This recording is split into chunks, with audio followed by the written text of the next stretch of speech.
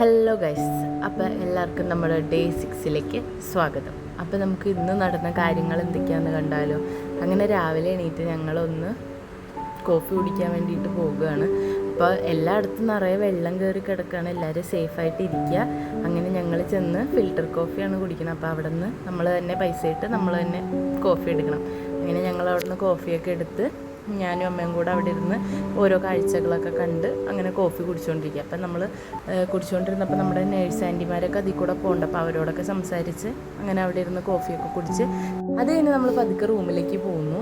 റൂമിൽ ചെന്ന് കുറച്ച് കഴിഞ്ഞപ്പോൾ തന്നെ നമ്മുടെ ബ്രേക്ക്ഫാസ്റ്റ് എത്തിയിട്ടുണ്ടായിരുന്നു. ഇഡ്ഡലിയും സാമ്പാറും ആയിരുന്നു. അങ്ങനെ അതൊക്കെ കഴിച്ചിരുന്നപ്പോൾ തന്നെ ചേച്ചിയും ചേട്ടനും കൂടെ വന്നിട്ടുണ്ടായിരുന്നു. പിന്നെ ഇവിടെ ഫുള്ളൊരു കരിമ്പുംകാട്ടിൽ ആന കയറി എഫക്റ്റ് ആയിരുന്നു. അതെന്താണ് ഞാൻ അങ്ങനെ പറഞ്ഞതെന്ന് നിങ്ങൾ എന്നെ കണ്ട് മനസ്സിലാക്കിക്കോ. എനിക്ക് പ്രാന്ത ഇതെല്ലാം എങ്ങോട്ട് പോകുന്നു?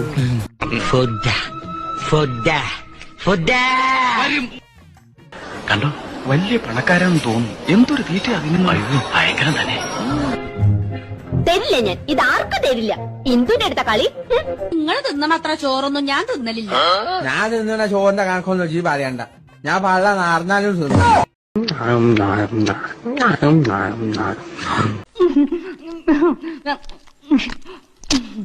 ഇങ്ങനെ ആക്രാന്തം കാട്ടാതെ മകളെ, മെല്ലത്തിന്റെ മകളെ.